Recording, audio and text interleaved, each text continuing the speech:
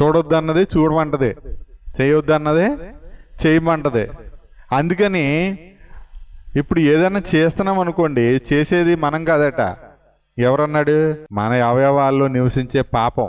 ఏంటండి ఇక్కడ భోగేచ్చలు అన్నాడు చూసారా? భోగేచ్చలు అంటే ఏంటి? భోగేచ్చ అంటే ఏంటి చెప్పండి? ఇప్పుడు ఆడపిల్లలకి మగపిల్లలకి వయసు వచ్చేటప్పుడు కలిగేది కూడా భోగేచ్చే. ఒక శరీరం ఇంకొక శరీరం పట్ల ఆకర్షణకు లోనవుతుందంటే అది భోగేచ్చ. ఎందుకంటే ఆ కోరిక తీరాక అది విచ్ఛిన్నం అయిపోద్ది, దాన్ని నిలబడదు. కానీ ప్రేమ అనుకోండి ఇంకా పెరుగుతుంది. పెళ్ళయ్యాక ఇంకా భార్య పట్ల భర్త పట్ల ప్రేమ పెరిగిపోవాలి. పెళ్ళయ్యాక సన్నగిల్లిపోకూడదు. కానీ మనకు పెళ్ళి అయిన తర్వాత మొట్టమొదటి ఆలోచన వచ్చేది ఇడాకులు. ఏదో మామిడాకులు అంత ఈజీగా చెప్తారు ఏంటి?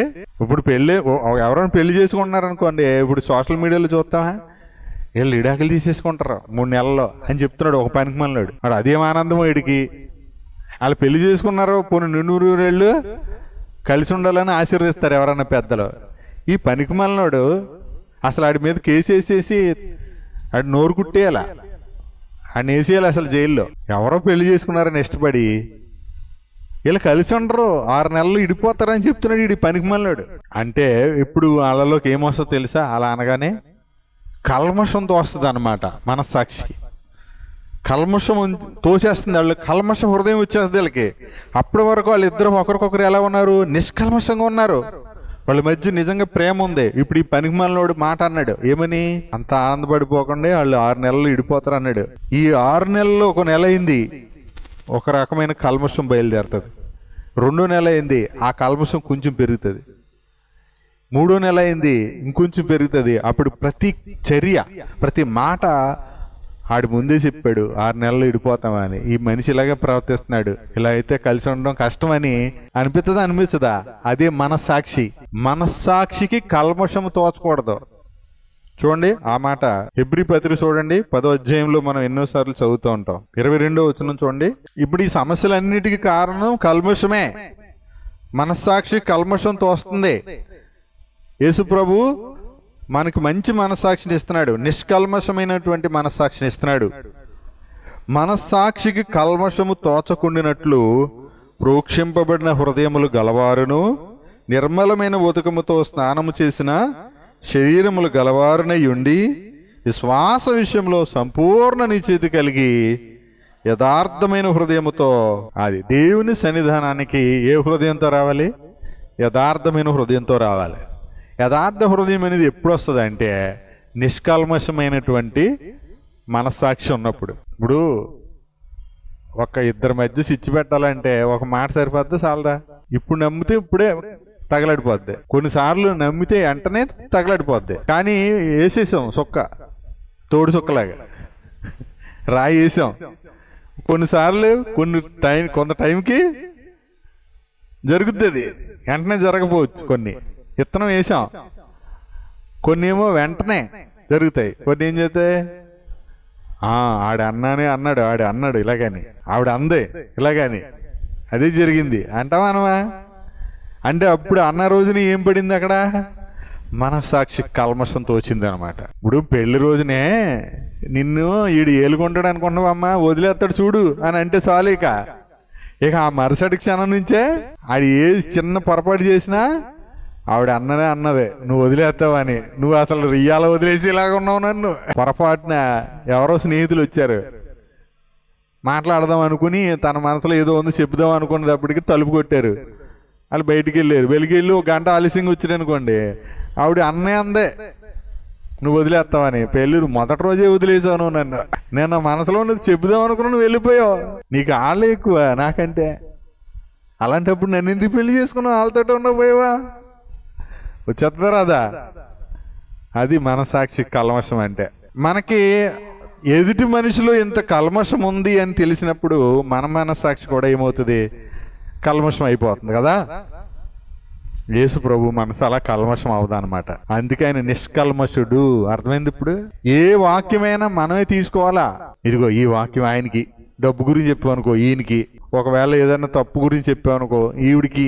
ఇది కాదు, ప్రతి వాక్యంలో మన జీవితం మనం చూసుకోవాలా.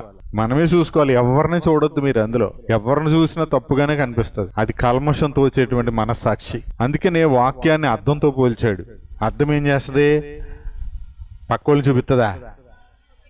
ఎవరిని చూసుకుంటే వాళ్ళని చూపిస్తుంది. వాళ్ళ ముఖం మీద మచ్చలు మన ముఖం మీద చూపెడుతుందా? మన ముఖం మీద మచ్చలు వాళ్ళ ముఖం మీద చూపెడుతుందా? మన ముఖంలో ఉన్న లోపాలనే మనం ఎలాంటి వాళ్ళు యాకోబు పత్రికలోనే చెప్పాడు. మనం ఎలాంటి వాళ్ళు అంటే చూసుకొని బయటికి వెళ్ళి మర్చిపోయే రకాలం. మనం ఎలాంటి వాళ్ళు? మన మచ్చలన్నీ ఏం చేస్తాం? మర్చిపోయి అదేం ముఖం, దరిద్రగొట్టు ముఖం, అదేం ముఖం, దెయ్యంలాగా ఉన్నావు అంటారా అనరా? మరి మన ముఖం ఏదో కొంచెం కలరు, కొంచెం చూడముచ్చటగా ఉంటే చాలు, అబ్బా నా అంత అందగత్తి లేదు, నా అంత అందగాడు లేడు, ఇడేంటి బుద్ధికి అలాగ ఉన్నాడు, ఇటు నల్లగా ఉన్నాడు, ఇటు అంటే ఏం చూస్తున్నారు వీళ్ళు? శరీర రూపాన్ని చూస్తున్నారు. కానీ మనకేం తెలీదు. ఇప్పుడు ప్రపంచంలో అందగత్తి అని ముద్ర వేశారు. అంటే అందాల పోటీలో ప్రపంచంలోనే అందగత్తి అని ఏం చేశారు? ఇచ్చారు, బహుమతి ఇచ్చారు అనుకోండి, అవార్డు ఇచ్చారు, అందగత్తి అని అవార్డు ఇచ్చారు. కానీ ఆమె హృదయం నిండా కల్మషము, చెడు తలంపులు, దరిద్రపు బుద్ధులు ఇవన్నీ ఉన్నాయనుకోండి, అందగత్తెని అంటారా? బైబిల్ చెప్పిన సౌందర్యం ఏంటో తెలుసా? సాధువైనట్టు, మృదువైనట్టు, అక్షయ అలంకారం, విధేయత, లోబడుట, మృదువైనటువంటి అలంకారం, అక్షయ ఉదయపు అంతరంగ స్వభావము. అది కురూపి, పైకి కురూపి, చూడడానికి అసహ్యంగా ఉంది. కానీ లోపల యేసు ప్రభువుకున్న నిష్కల్మషం కనుక ఉంటే ఆమె ప్రపంచంలో అందగత్తి అనమాట. దీన్ని యేసు ప్రభు మాత్రమే, దేవుడు మాత్రమే చూస్తాడు, ఈ అందాన్ని, ఈ సౌందర్యాన్ని. కానీ మనుషుడు పై రూపం చూస్తాడు. అందుకే గలతీ పత్రిక 2వ అధ్యాయము 6వ వచనం చూడండి. అదంతా వదిలేదు, లాస్ట్లో చూడండి. దేవుడు నరుని వేషము చూడడు, ఆ ఎన్నికైన వారు నాకేమి, కింద ఫుట్ నోట్లో ఒకటి వేసి ఏం రాశాడు చూడండి. అది మనం ఏం చేస్తాం? ముఖాన్ని అంగీకరిస్తాం. పెళ్లి చేసుకునేవాడు అమ్మాయిలో ఏం చూస్తాడు? ముఖం చూస్తాడు. అమ్మాయి ఏం చూస్తుంది? ముఖం చూస్తుంది. బాగానే ఉన్నాడు, హీరోలాగా ఉన్నాడు, జీరో ఆడి. కొంతమంది పై రూపానికి ఎంత బాగా కనబడతారు? చాలా బాగా కనబడతారు కదా, ఎర్రగా, బుర్రగా, సౌందర్యంగా, అందంగా ఉంటారు. కానీ ఆడు పెళ్ళానికి కూడు కూడా పెట్టలేని దౌర్భాగ్యుడు. పైకి మంచి బట్టలు వేసామనుకో మంచి హీరోలా కనబడతాడు, కానీ ఆడు పెద్ద జీరో. అందుకనే కొన్నిసార్లు లోకంలో కొన్ని జరుగుతాయి. ఏంటంటే అందం లేకపోయినా డబ్బు ఉంది అనుకోండి, పెళ్లి చేసేసుకుంటారు డబ్బు కోసం. ఎందుకు చేసుకున్నాడు బాబా, ఏంటి ఇలా ఉంది, ఇలా చేసుకున్నాడు అంటే, వీడు ఎంత హీరోలాగా ఉంటాడో అలాంటి అమ్మాయిని చేసుకున్నాడు అంటే, ఆడు చేసుకున్నదే ఆ అమ్మాయి అందం చూసి కాదు, ఆ డబ్బుని చూసి చేసుకున్నాడు అంటారు, అవునా? కానీ దేవుడు నరుని ముఖం అంగీకరించడు, హృదయాన్ని చూస్తాడు. ఏం చూస్తాడు? మనసును చూస్తాడు. సరే, ఇదంతా లోకంలో అలా ఉంటది. ఇదిగో దాన్ని మనం చూసాం, వాక్యంలో కూడా చూసాం. హృదయంలో నుండి బయటకు వచ్చే అన్నీ ఏమన్నాడు? చెడ్డయే, అపవిత్రపరిచేస్తాయి మనిషిని. కానీ అలాంటి చెడ్డ హృదయాన్ని కూడా ప్రభు ఏం చేస్తున్నాడు? యథార్థమైన హృదయం అన్నాడు. ఏంటి యథార్థ హృదయం ఎప్పుడు వస్తుంది అని అంటే, మనస్సాక్షి కల్మషం తోచనప్పుడు, తర్వాత నిర్మలమైన ఉతకంతో స్నానం చేసిన శరీరాలని చెప్పాడు. విశ్వాస విషయంలో సంపూర్ణ నిశ్చయత అన్నాడు. ఈ 3 విషయాలు. 1 మనస్సాక్షికి సంబంధించింది, 2 శరీరం అంటున్నాడు, 3 హృదయము అంటున్నాడు, యథార్థమైన హృదయం అన్నాడు. అంటే ఇవి 2 సెట్ అయితే, 1 మనసుకు సంబంధించింది, అంటే శరీర సంబంధమైన మనసుకు సంబంధించింది, మనసు శరీరానికి సంబంధించింది. శరీర శుద్ధి ఎప్పుడు జరుగుతుంది, తర్వాత మనస్సాక్షి శుద్ధి ఎప్పుడు జరుగుతుంది? అప్పుడు యథార్థమైన హృదయంతో, అంటే నిష్కల్మషమైనటువంటి మంచి మనస్సాక్షితో దేవుణ్ణి సేవించగలం. అందుకని ఇప్పుడు దేవుణ్ణి సేవించడానికి ఏం కావాలి అని అంటే, బైబిల్ ఒకటే చెప్తుంది. ఏం తెలుసా? దేవుణ్ణి పూజించాలి, దేవుణ్ణి ప్రార్థించాలంటే కల్మషము తోచని మనస్సాక్షి కావాలి. ఏంటండి, ఇప్పుడు మీకు ఏమైనా అర్థమైందా అసలు మనస్సాక్షి అంటే ఏంటో? కల్మషం తోచని మనస్సాక్షి అంటే ఏంటి? దేవుడు ఎప్పుడు మంచోడే, ఓకేనా? దేవుడు ఎప్పుడు మంచోడే కాదా? ప్రార్థన వినేవాడా కాదా? సమస్త మెరుగునోడే కాదా? నా మనసులో ఉన్నది కూడా ఆయన తెలిసే తెలీదా? మీ హృదయంలో ఉంది కూడా ఆయన తెలిసే తెలీదా? తెలుసు అనేదే, తెలుసు అని నువ్వు ప్రవర్తించే ప్రవర్తనే నీ మనసాక్షి. ఇప్పుడు మనం ఏమనుకుంటాం, ఎవరు చూస్తలేదు అనుకుంటాం కొన్ని సందర్భాల్లో కదా. ఇప్పుడు భార్య భర్తలు ఉన్నారు, గదిలో దెబ్బలాడేసుకుంటున్నారు. బయటకు వచ్చి అనయ్య బాగున్నావా అన్నారు, నన్ను వందనాలు అన్నయ్య అనేసారు ఇద్దరు. బయట లోపల ఏమైంది, దెబ్బలాడేసుకున్నారు ఊరికే. ఎదవా ఎదవా ఎదవా ఎదవా అంటే నువ్వు ఎదవా ఎదవన్నారు ఎదవా అనేసి ఇద్దరు దెబ్బలాడేసుకుంటున్నారు. పనికి మాలదానా పెంటదానా అది ఇది అంటున్నాడు లోపల. బయటకు వచ్చిన తర్వాత వందనాలన్నయ్య అన్నాడు అనుకోండి, దాన్ని ఏమంటారు? వేషమంటారు, నటన అంటారు కదా. అప్పుడు లోపల ఒక మనస్సాక్షి ఉంటుంది, ఏమని? లోపలేమో ఎంత తిట్టేసాను, అన్నయ్య వస్తే వందనాలు చెప్తున్నాను. ఆ విషయం నాకు తెలిసే వరకు నా మనసాక్షి బాగానే ఉంటుంది. తెలిసాక ఎంత పనికి మాలోళ్ళు ఏంటి వాళ్ళు అని మనసాక్షి వచ్చేస్తారు, అది నాకు వచ్చేద్ది. ఎంత బాగా నటిస్తున్నారు వీళ్ళు. కానీ ఈ సంగతి ఎవరికి తెలుసు? నేను ముఖాన్ని అంగీకరించేవాడిని, ఈ ముఖం చూసి నవ్వుతా పలకరించేటప్పటికి బాగున్నారా, బాగున్నారు, వందనాలే వందనాలు అని వేస్తాం కదా. అన్నయ్య రండి అని అంటారు. అప్పుడు దాకా దెబ్బలాడుకొని ఒకరి మీద ఒకరు కరుచుకున్న వాళ్ళు, టీ పెట్టు అన్నయ్యకి అంటాడు. ఇప్పుడు టీ పెట్టుకుని టీ కాదండి, ఫ్రిడ్జ్లో అది ఉంది కదా అన్నయ్యకి పెట్టండి అని ఎక్కలేని ప్రేమ ఇద్దరు కొరిపించేస్తారు. అప్పుడు దాకా దెబ్బలాడుకున్నారు కదా, వెంటనే ప్లేట్ మార్చేస్తారనమాట. అంటే ఇదంతా ఏంటి? ఒక అహం, ఒక కల్మషం తోచేటువంటి మనస్సాక్షి ఒకరి మీద ఒకరికి. కానీ ఎవరికి వీళ్ళు ఏమనుకున్నారంటే, ఎందుకు ఇలాంటి పరిస్థితి వచ్చింది తెలుసా? ఒకరి మనసులో ఒకటి ఏముందో, ఆ బాధ ఏంటో, ఆ సంతోషం ఏంటో, ఆ దుఃఖం ఏంటో వీళ్ళకి అర్థం కాలేదు. అర్థమైంది మీకు? ఎదుటివారి మనసులో ఏమనుకుంటున్నారో మనకు తెలియక మనకు దెబ్బలాట్లు వస్తున్నాయి. బాగా ఆలోచన చేశారా? మన ఆలోచనలు కూడా ఎరిగిన దేవుడేమో ఓర్చుకుంటున్నాడు. మన బుద్ధి తెలిసినా కూడా దోషులుగా మనం చూడట్లేదు. యేసు ప్రభువులో నిర్దోషులుగా చూస్తున్నాడు, నిష్కల్మషులుగా చూస్తున్నాడు, ఓకేనా? కానీ మనం ఎందుకు చూస్తున్నాం? మనకు దోషాలే కనపడుతున్నాయి కానీ యేసు ప్రభువులో భార్యను చూస్తలేదు, యేసు ప్రభువులో బిడ్డలను చూస్తలేదు, యేసు ప్రభువులో తల్లిదండ్రులను చూస్తలేదు, యేసు ప్రభువులో భర్తను చూస్తలేదు, యేసు ప్రభువులో అత్తగారిని చూస్తలేదు, యేసు ప్రభువులో కోడలను చూస్తలేదు. మరి ఏం చూస్తున్నాం? కోడలే కనపడుతుంది. ఏం చూస్తున్నాం? మొగుడు కనపడుతున్నాడు. ఏం చూస్తున్నాం? పిల్లం కనపడుతుంది. ఏం చూస్తున్నాం? పనికిమాల కొడుకు కనపడుతున్నాడు. ఏం చూస్తున్నాం? పనికిమాల కూతురు. అంటే మన దృష్టిలో చెప్తున్నాను సోమా, పనికిమాల వాళ్ళు అంటే అర్థం ఏంటి? ఇప్పుడు అంతే కదా. ఇప్పుడు మనకు నచ్చకపోతే పనికిమాల వాళ్ళు మనకే. అంటే మనము యేసు ప్రభువు నందు మన పిల్లలు ఇంకా ఎరగలేదు కాబట్టి మనం చూడలేకపోతున్నాం. యేసు ప్రభునందు భార్యని ఎరగలేదు, యేసు ప్రభునందు భర్తను ఎరగలేదు. కానీ యేసు ప్రభు తెలిసి నేను నమ్ముకున్నానని చెప్తాం.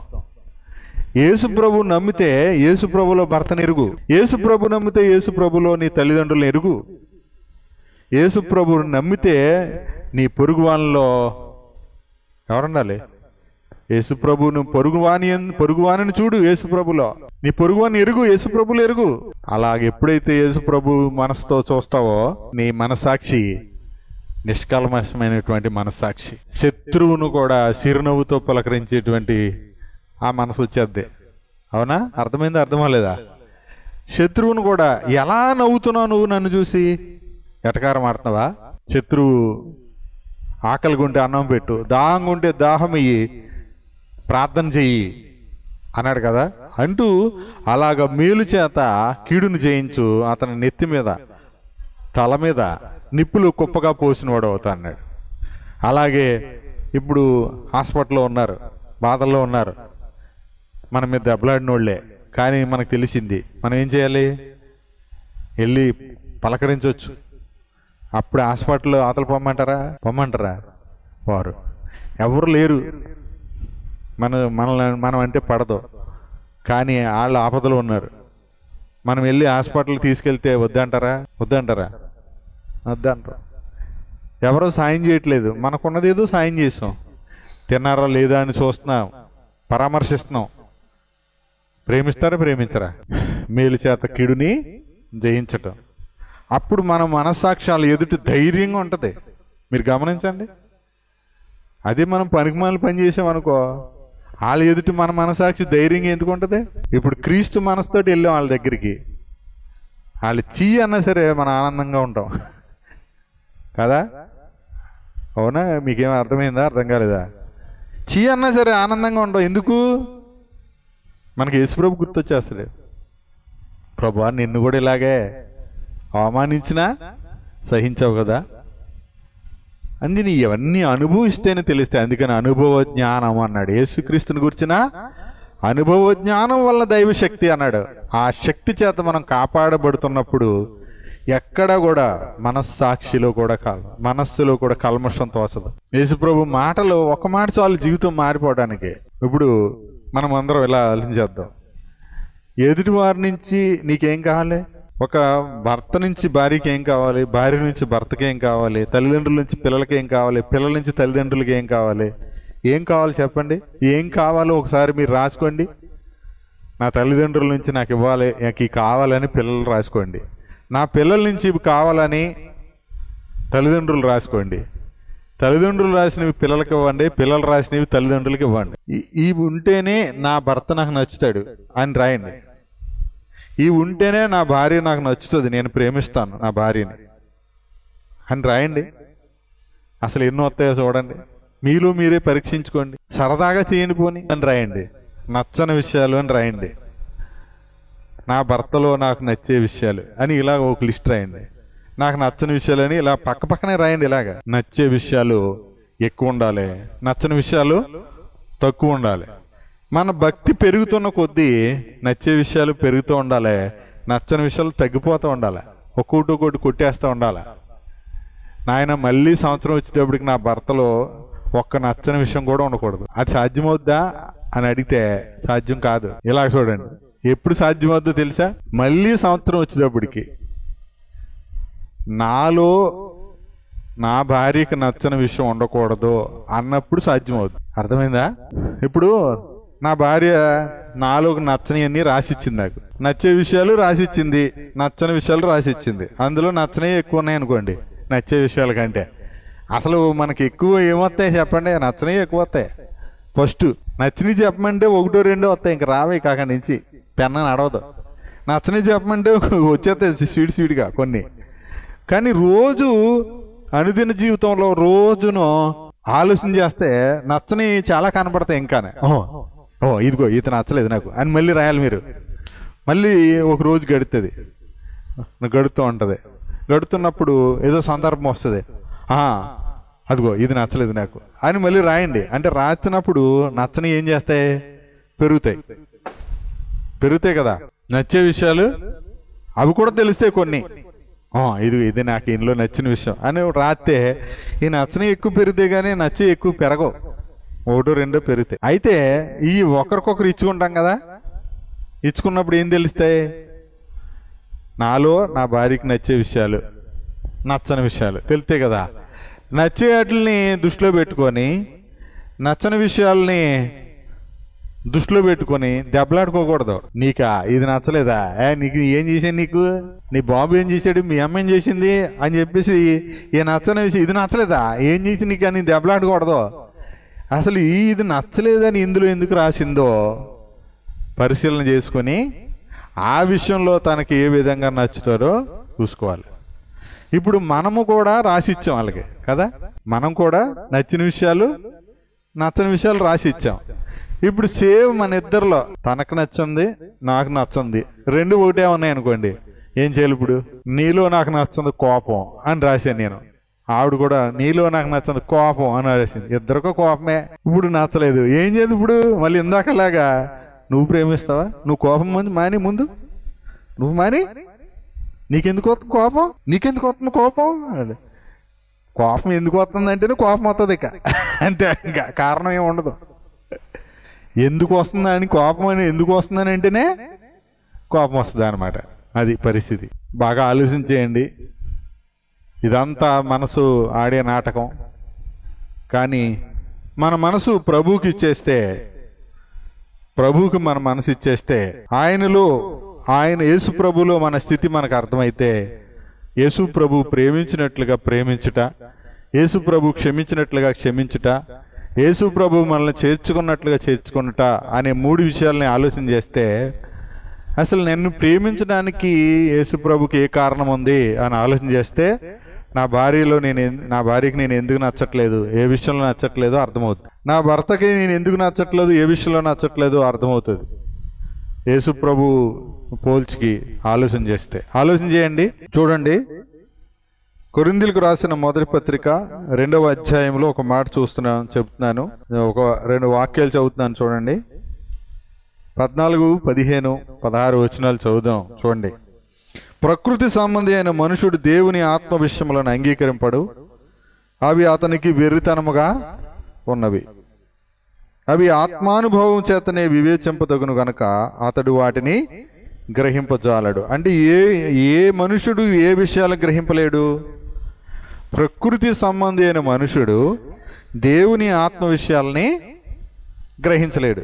దేవుని ఆత్మ విషయాలు ఆత్మానుభవంతో గ్రహిస్తాడు. ఇది తర్వాత నేర్చుకుందాం. 15వ వచనం. ఆత్మ సంబంధి అయిన వాడు అన్నిటినీ వివేచిస్తాడు.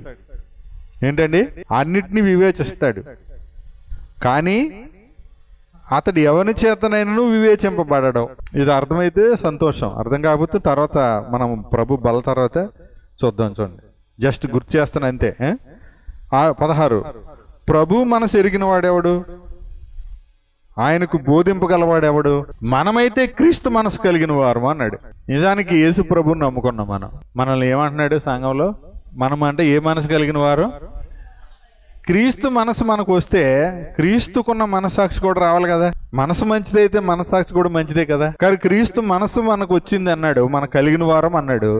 మరి క్రీస్తు మనసాక్షి ఎందుకు మనకు లేదు? ఎందుకు లేదు అంటే మనం మామూలుగా వారలుగా కొన్ని చెప్తాను చూడండి, సింపుల్గా చెప్తా.